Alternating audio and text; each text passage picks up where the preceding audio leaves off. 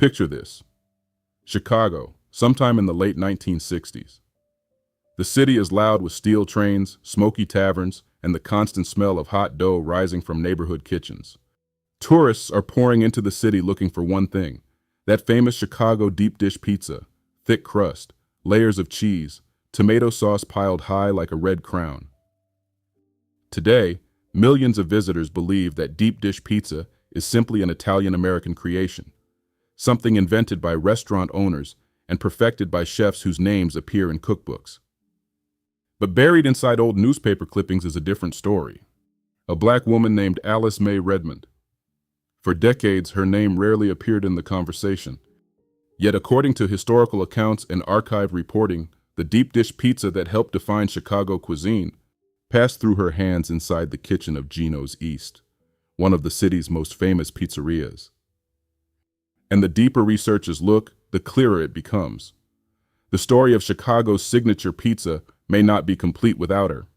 Because Alice Mae Redmond didn't just appear in Chicago kitchens, she came from somewhere. Born in 1915 in Greenville, Mississippi, Redmond was trained as a short-order cook by her mother, Sarah Lee Merle. This wasn't formal culinary school training. This was something older, something passed down, technique, instinct, and timing. The kind of cooking that teaches you how dough should feel before it ever reaches an oven.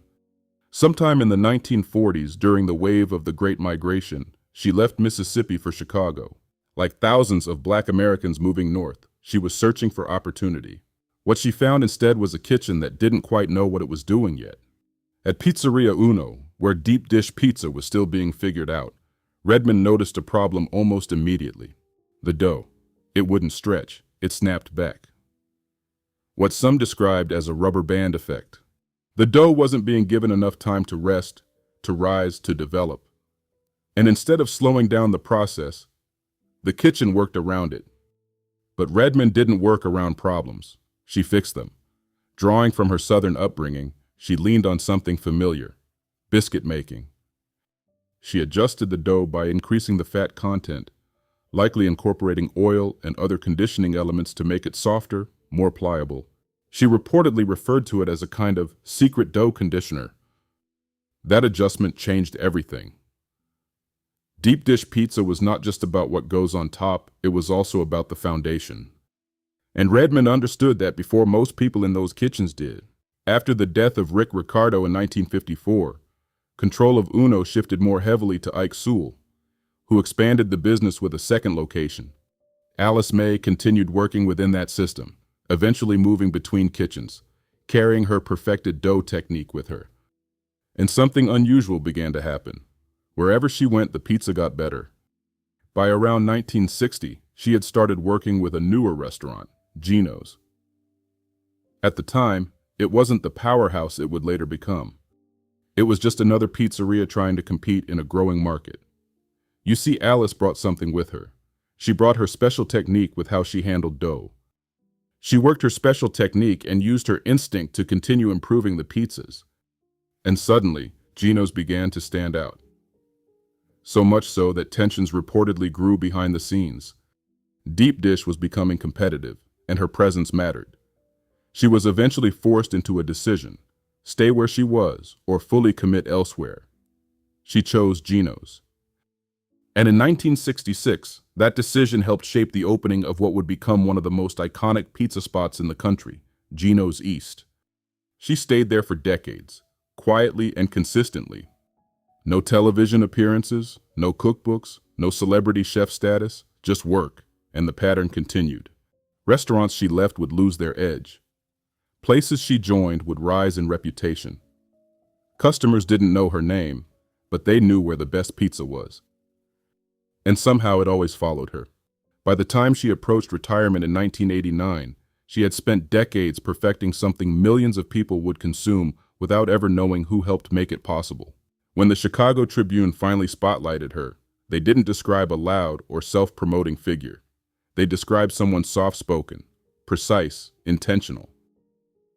A woman who didn't rush the process, who didn't throw ingredients together, who patted and coaxed the sauce into place rather than slapping it down. And maybe that's the part that never made it into the official story. Maybe the secret dough conditioner wasn't just ingredients, it was seasoned with care. And here's where the story takes another turn. That same deep dish pizza, once crafted in kitchens where black cooks like Alice Mae Redmond worked behind the scenes, has become a billion-dollar industry. Today, a single deep dish pizza in Chicago can cost anywhere from $25 to $40 depending on size and toppings. Restaurants like Gino's East, Giordano's, and Lou Malnati's generate millions in annual revenue, while the broader Chicago pizza market, driven by tourism, nationwide shipping, and franchise expansion, has grown into an industry estimated to be worth over $1 billion. Every day, thousands of pies are sold, shipped across the country, and promoted as a defining American food experience.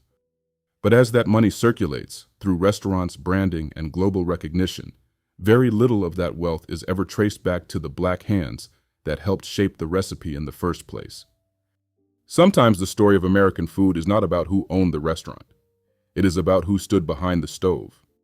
And those names, like Alice Mae Redmond, are hiding in plain sight, waiting to be remembered and never forgotten.